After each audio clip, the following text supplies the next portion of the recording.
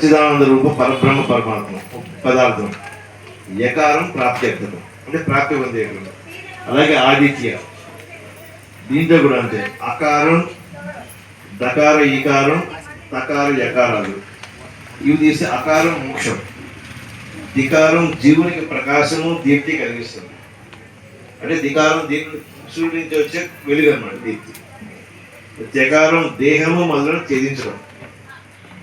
మళ్ళీ ఆరోది ఓం బ్రహ్మ, ప్రణవం అంటే బ్రహ్మ.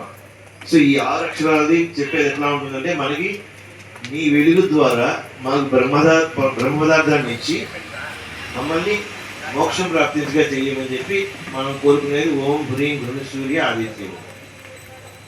ఆయన ప్రకాశాన్ని వెలుగుతాం. అందుకోసం చెప్తారు సూర్యుడు రాందే మనకి ఏమి వెలగదు అని చెప్పారు. ఆయన ప్రకాశం ఇస్తేనే మనలో కూడా బుద్ధి ప్రకాశం జరుగుతుంది. అందుకోసం ఆ బుద్ధి ప్రకాశం జరగాలి అంటే ఆ సూర్యుడి యొక్క చేసుకుని ఆ ప్రకాశంతో మనం కూడా ఎక్కువగా వెలుగుతూ జ్ఞానాన్ని సంపాదించుకుంటూ మోక్ష మార్గంలో వెళ్ళడానికి ఈ మంత్రం చాలా ఉపయోగిస్తుంది. ఇప్పుడు చిన్న విషయం ఏంటంటే, నేను ఈ 3 మంత్రాలు తీసుకున్నాం అనుకుంటున్నాను. నెక్స్ట్ అయిపోయేది ఓం హ్రీం హరిమర్కడ. దాంట్లోని హ్రీంకారం. హ్రీంకారం బీజం అనేది మాయా బీజం, అమ్మవారి ప్రణవం అది. కాబట్టి వీటన్నింటిలో నుంచి శక్తి, చైతన్య శక్తి అమ్మవారి రూపంలో రావాలి కోరుకోవడంలో ఇది చాలా ఉపయోగిస్తాయి. ఆ శక్తి చైతన్యం ఏదైతే ఉందో దీంట్లో కూడా మనం ఎలా కోరుకుంటాం. ఇప్పుడు ఒకసారి మనం అనలైజ్ చేసుకుంటే ఈ 3 మంత్రాలు మనం అనలైజ్ చేసుకుంటే ఎందుకు చేస్తాం, దీని వల్ల ఏంటి అనుకుంటే 3 కామన్ ఫ్యాక్టర్ ఉంటాయి. మాయా చైతన్య శక్తి. ఈ మాయా చైతన్య శక్తి ద్వారా ఒక దేవతను పూజించాం, నాకు ఆరోగ్యం అన్ని ఇవ్వము. అట్లాగే ఇంకో దేవతను ఆదిత్యుని పూజిస్తాం, నాకు ప్రకాశాన్ని జ్ఞానతత్వాన్ని ఇవ్వము.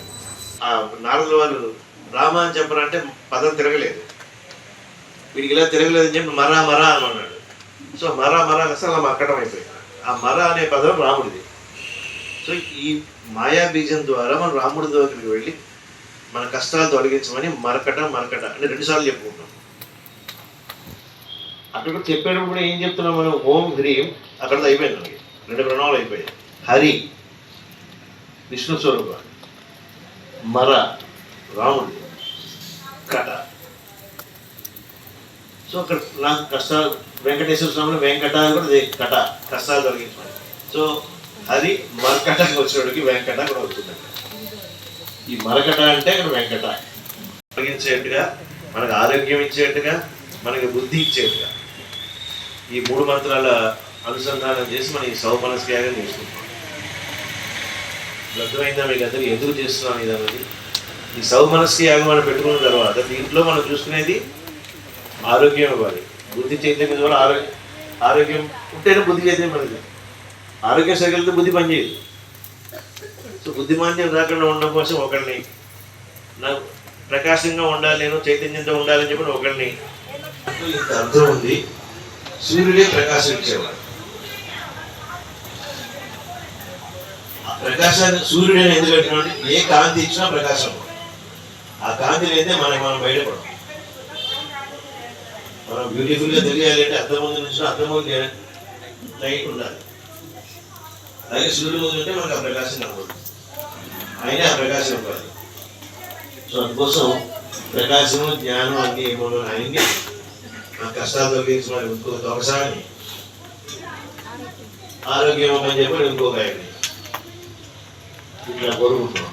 ఏంటంటే హోమంలో నెమలి కనిపించింది, షేప్ తీసుకుంది. కాసేపు ఎప్పుడు లేదు, మనం చాలాసార్లు చూస్తున్నాము, అనుభవంతో ఉంది, ఇప్పుడు కూడా కనబడింది. సో అట్లాగే ఉంటాయి. సో అందుకోసం మంత్రబలం ఎక్కువ ఉండాలి. ఈవేళ చూసినా అందరూ చాలా మంచి హుషారుగా ఉన్నారు, చాలా స్పీడ్గా వెళ్తాను. నా ఉద్దేశం మనకి విద్య స్పీడ్ నాకు వేస్తున్నాడు. దగ్గర అయినా తిరుగుతాం, స్లోగా దగ్గర అయినా తిరుగుతాం. ఇట్లు అంటే కామన్. సరే అందరికి మెసేజ్ వచ్చాయండి. ఓకే మొదలు పెడదామా? ఇక్కడ రాలేదండి వాటర్ అందరికీ అందజేయండి.